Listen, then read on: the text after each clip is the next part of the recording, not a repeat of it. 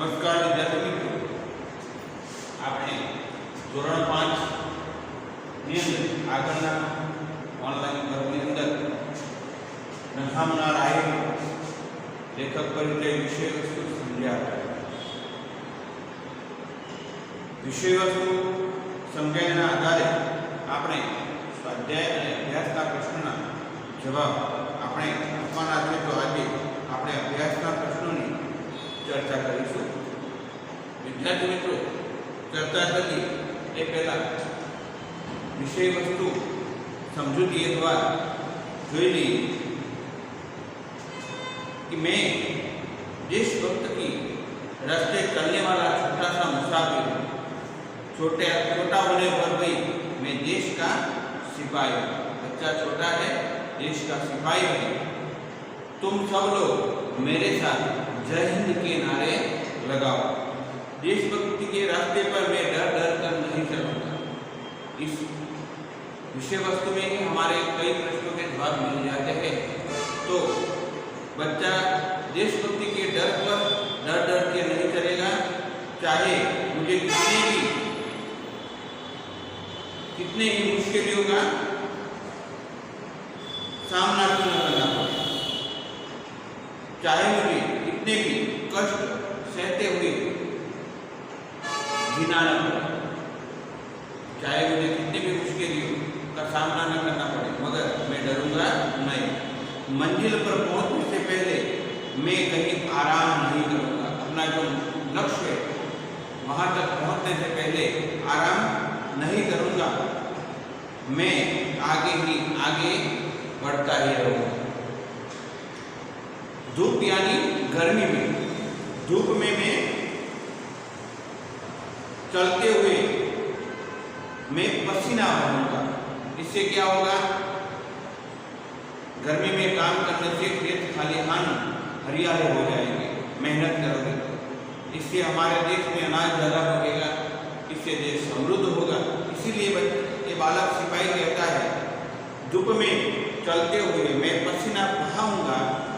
जहाँ हरे भरे खेत लहरा उगेंगे, मेरे रहते हुए धरती पर पाप करने वालों का जन्म नहीं हो पाएगा. पापों का नाश करने की बात की है. मैं आगे ही आगे बढ़ाऊंगा कदम. मैं बड़ा होकर देश का सहारा बनूंगा. देश को किसी भी तरह मदद करूंगा. किसान भी मदद करता है, सिपाही भी मदद करता है, शिक्षक भी मदद करता है. कैसे शिक्षक भी कैसे करते हैं? अच्छे नागरिक बनाकर. किसान खेतों में ज़्यादा मेहनत करके अनाज करके देश को समृद्ध बनाता है. सिपाही देश की रक्षा करता है. डॉक्टर क्या करता है? देश की आरोग्य बचाकर देश के अच्छे तंदुरुस्त नागरिक पैदा करता है. इससे डॉक्टर भी देश की सेवा करता है. कोई न कोई आदमी देश की सेवा करने में अपना सहभागी है. इसीलिए कहते हैं कि मैं बड़ा होकर देश का सहारा बनूंगा. मैं सारी दुनिया की आंखों का तारा बनूंगा और सबका सहारा बनूंगा. आंखों का तारा कब बनेंगे? जब अच्छे काम करोगे, सब लोगों को चाहते बनोगे, तभी आंखों का तारा बनूंगा. और सबका सहारा कब बनोगे? दूसरों की मदद करने की भावना होगी, तभी हम दर्शक का सहारा बनेंगे. मैं अपने देश के लिए के तिरंगे झंडे को हमेशा ऊंचा रखूंगा. अच्छे काम करोगे, देश सेवा करेंगे, तभी हमारा देश का तिरंगा लहराता रहेगा. देश की रक्षा करेंगे, तभी मैं आगे ही आगे बढ़ाऊंगा कदम. मेरे देश में मेरा देश शांति की नगरी है. हमारा देश शांति की नगरी है. मैं सबको प्यार और का व्यवहार करना सिखाऊंगा. सबको मिलजुल कर रहने का, एक दूसरे से प्यार करने का सिखाऊंगा. मैं दुनिया में कहीं बम नहीं गिरने दूंगा. बम यानी दुष्ट व्यक्ति द्वारा किए गए विस्फोटक पदार्थ का धमाका. इससे क्या होता है? कई मासूमों की जान चली जाती है और किसी निर्दोष व्यक्ति की जान न जाए, ऐसा प्रयत्न करूँगा. इसीलिए कहते हैं कि दुनिया में कहीं भी बम नहीं गिरेगा तो देश में शांति बनी रहेगी. मेरे रहते हुए दुनिया में कहीं बेकसूर लोग नहीं मारे जाएंगे. मैं आगे ही आगे बढ़ता रहूँगा। ऐसा इस काव्य में नन्हा सा बालक यहाँ सिपाही बनकर कहता है। इसके आधार पर मैं अभ्यास के कैसे प्रश्न हैं जो हमें सॉल्यूशन करने हैं। जो मैं यहाँ प्रश्न बोलूँगा। अभ्यास के प्रश्न 1 कि ऐसे कार्य बताओ जो तुम देश सेवा के लिए करना चाहते हो या करते हो। तो देश सेवा के लिए हम कैसे कार्य करना चाहिए? तो सबसे पहले हमारा देश में को स्वच्छ रखना। इसके लिए कचरा कूड़ेदान में ही डालना है। हम किसी से झगड़ा गाली गलौज नहीं करेंगे तो भेदभाव नहीं बढ़ेगा। तो हम किसी से गाली गलौज नहीं करेंगे, किसी से झगड़ा नहीं करेंगे। भारत की आर्थिक परिस्थिति पानी पर निर्भर है, तो हम पानी की बचत करेंगे, बिजली की बचत करेंगे और अच्छी तरह पढ़ाई करेंगे, जिससे हम अच्छे नागरिक बन सकें। ये सब देश सेवा के कार्य हैं। दूसरा प्रश्न है, अगर तुम सिपाही होते तो क्या करते? सिपाही का काम है देश की रक्षा करना। तभी सिपाही कभी हमारे सरहद पर रात दिन पहरा देता है, तभी तो हम रात को प्यारी सी नींद में सो सकते हैं। इसीलिए अगर आप सिपाही होते तो क्या करते? तो पहले तो डट कर सरहदों का सामना करता, किसी भी मुश्किल में राष्ट्र का द्रोह नहीं करता। जब हमारे देश के लिए गलत काम नहीं करता। आप आपत्ति यानी मुश्किल के समय में भी हमारे प्राण देश सेवा में अर्पण कर देते। ये हम सिपाही होते तो क्या करते? और अगर आपके मन में और भी कई विचार है तो आप उत्तर में अपने खुद लिख सकते हैं। तीसरा प्रश्न है कि एक सैनिक लड़ते लड़ते घायल हो गया तो वह क्या सोचता होगा? लड़ते लड़ते घायल हो गया तो क्या सोचता होगा? तो पहला तो वो घायल होगा इसलिए दर्द से नहीं कहारता, मगर क्या करता है? अगर मैं घायल ना होता तो अंत तक लड़ाई लड़ता और दुश्मनों को मौत के मुंह सुला देता। ऐसा ही सोचता है एक सैनिक। दूसरा कि मेरे साथी सैनिक मुझे घायल देखकर भावुक न हो जाए, मेरे साथी सैनिक घायल न हो जाए, ऐसा वो सोचता है।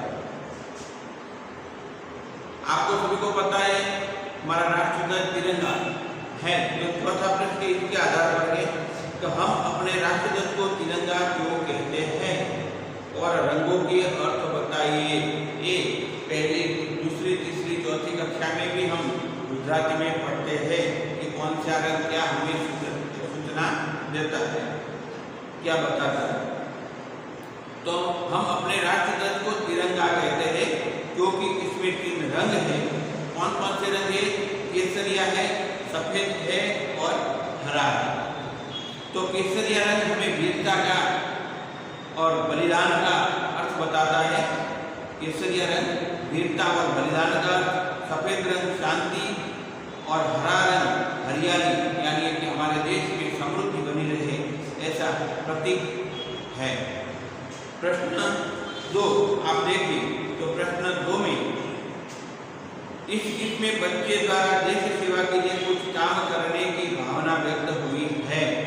गीत पढ़कर बताओ कि क्या होगा जब। तो बच्चा उसमें कुछ काम बताता है कि जैसे कि रास्ते पे न चलूंगा डर के, तो डर के नहीं चलेगा तो क्या होगा? तो उसके प्रश्न है, जवाब है क्या होगा? तो वो हमें प्रश्न देना के उत्तर देने। तो पहला प्रश्न है बच्चा धूप में पसीना बहाएगा। अगर धूप में बच्चा पसीना बहाएगा या आप बहाएंगे तो क्या होगा? तो खेत हरे भरे हो जाएंगे। अगर पसीना बहाएंगे तो मेहनत करेंगे तब पसीना होगा, और मेहनत करेंगे तो हमारे खेत हरे भरे हो जाएंगे, फसल लहराने लगेगी। उससे जो फसल होगी उससे हमारे देश की समृद्धि होगी, तो देश समृद्ध हो जाएगा। दूसरा प्रश्न है दुनिया में कहीं बम नहीं गिरेंगे। बम नहीं गिरेंगे। मैं बम नहीं गिरने दूंगा, तो क्या होगा?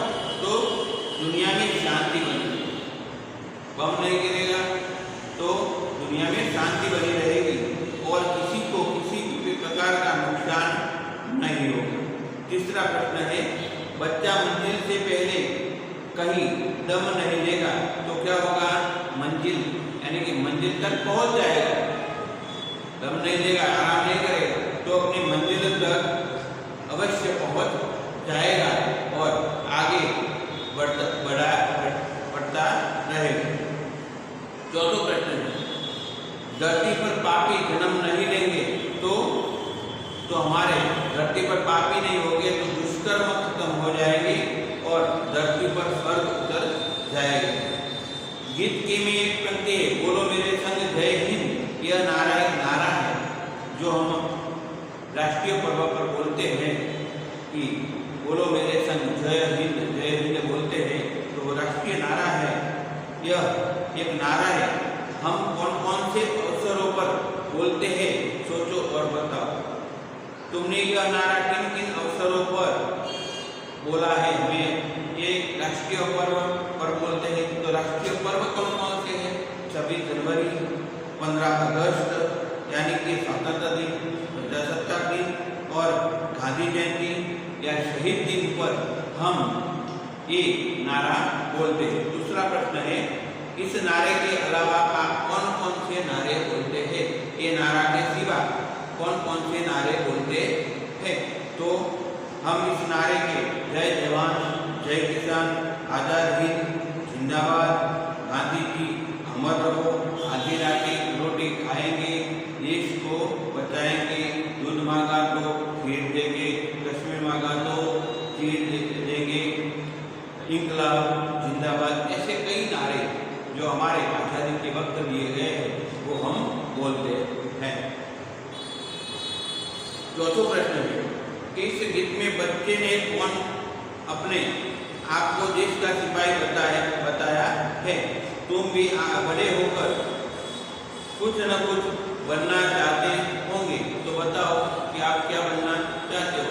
सबकी सोच, आप क्या सोचते हैं, मैं क्या सोचता हूँ, तो आप अपने मन से उत्तर देना है। बड़े होकर तुम क्या बनना चाहते हो? तो कोई डॉक्टर बोलेगा, कोई इंजीनियर बोलेगा, कोई भी क्षेत्र में जाओ, अगर कर्म जो देश सेवा ही है तो सबको जिसमें रस होगा वही बताएगा और उसका उत्तर भी होना चाहिए कि क्यों बनना चाहते हो। अगर टीचर बनना चाहते हो तो टीचर का काम है भारत देश को अच्छे नागरिक देना। डॉक्टर का काम है देश में नागरिकों की स्वास्थ्य की चिंता करना, उसके दवाई देना, ठीक करना, सैनिक के सरहद पर रक्षा करना। ये सभी जो भी क्षेत्र में जाएंगे करेंगे देश सेवा। तो जो बनना चाहते हैं उसका कुछ रीजन होना चाहिए, कारण होना चाहिए, क्यों बनना चाहते हैं, तो वो दूसरे प्रश्न में जवाब देना है। स्वाध्याय के जो प्रश्न दिए गए हैं वो इस काव्य में जो विषय वस्तु हमने पढ़े उसके आधार पर देने। तो आपको उस काव्य का विषय वस्तु के आधार पर उस प्रश्न के उत्तर देने हैं। उसके बाद में दूसरा प्रश्न है, तो दूसरे प्रश्न में निम्नलिखित शब्द के विलोम शब्द यानी कि विलोम यानी विरोधी शब्द का अपशब्द ढूंढकर लिखना है। तो एक और शब्द दिए गए, दूसरे और दिए गए, तो उसमें से हमें उसका विरोधी शब्द, तो पहला है आगे, तो हम आगे, तो उसके पीछे विरोधी शब्द। उसी तरह दूसरे भाग से उसी शब्द को ढूंढकर लिखना है, अपने खुद लिखना है, क्योंकि आपने पढ़ा है तो आपको खुद मेहनत करके ये लिखना है। तीसरे प्रश्न में है स्वाध्याय के, तो उसके पर्यायवाची शब्द दिए गए हैं सामने, तो उसको दूसरे भाग से उसमें सही शब्द चुनकर लिखना है। तो राही, तो राही यानी पथिक, मुसाफिर, यहाँ मुसाफिर दिया गया है तो हमें ये शब्द ढूंढ के लिखना है। मुसाफिर है और पंथी दोनों शब्द दिए गए हैं। दूसरा शब्द है सिपाही, तो एक फौजी है और दूसरा शब्द है सैनिक। उसी तरह हमें खुद ढूंढना है। मातृभाषा में अनुवाद कीजिए। यहाँ 5 वाक्य दिए गए हैं, आपको खुद उसके गुजराती अनुवाद करना है। पहला वाक्य, धरती पर पापी जन्म नहीं लेंगे, तो हम लिखेंगे धरती पर पापी वो जन्म लेशे नहीं। बराबर चीजें अनुवाद करवा। निम्नलिखित भावार्थ में संबंधित पंक्ति या कविता में से ढूंढकर लिखें। नन्हा राही बिना डरे रास्ता पर रास्ते पर चलेगा, तो हमें काव्य देखना है, तो यहाँ लिखना है रास्ते पर चलूंगा नहीं डर डर के। उस भावार्थ का काव्य पंक्ति है वो हमें लिखनी है।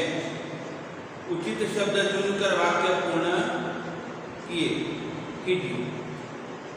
तो यहाँ 2 शब्द दिए गए, लड़के खेल रहा है आपसे रहे हैं, तो आप क्रियापद लिखना है। सच्चा 2 दिए हैं, उसमें से सही जो है वो लिखना है। और 7वां प्रश्न है, कविता के आधार पर देश के सिपाही के बारे में 5-6 वाक्य हमें लिखने हैं, काव्य के आधार पर लिखने हैं। उसके बाद 8वां प्रश्न है, इस गीत में बच्चे ने सिपाही बनकर देश की सेवा करने की भावना व्यक्त की है। सोचो, क्या देश की सेवा केवल सिपाही बनकर ही की जा सकती है? बताओ। लिखो, देश की सेवा कैसे करते हैं? जैसे कि किसान, मैंने आपको पहले भी बताया कि किसान कैसे के देश में हरियाली मेहनत करके हरियाली खेतों में मेहनत करता है, खेत में पाक उगाता है, तभी हमारा देश समृद्ध होता है। उसी तरह शिक्षक क्या करता है, खिलाड़ी क्या करता है, देश सेवा कैसे करता है, ये सब लिखना है। उसी तरह स्वाध्याय अभ्यास लिखना है और स्वाध्याय पोथी में ये पाठ पूर्ण तैयार करके हमें फोटोकॉपी भेजना है। थैंक यू सभी को मित्रों।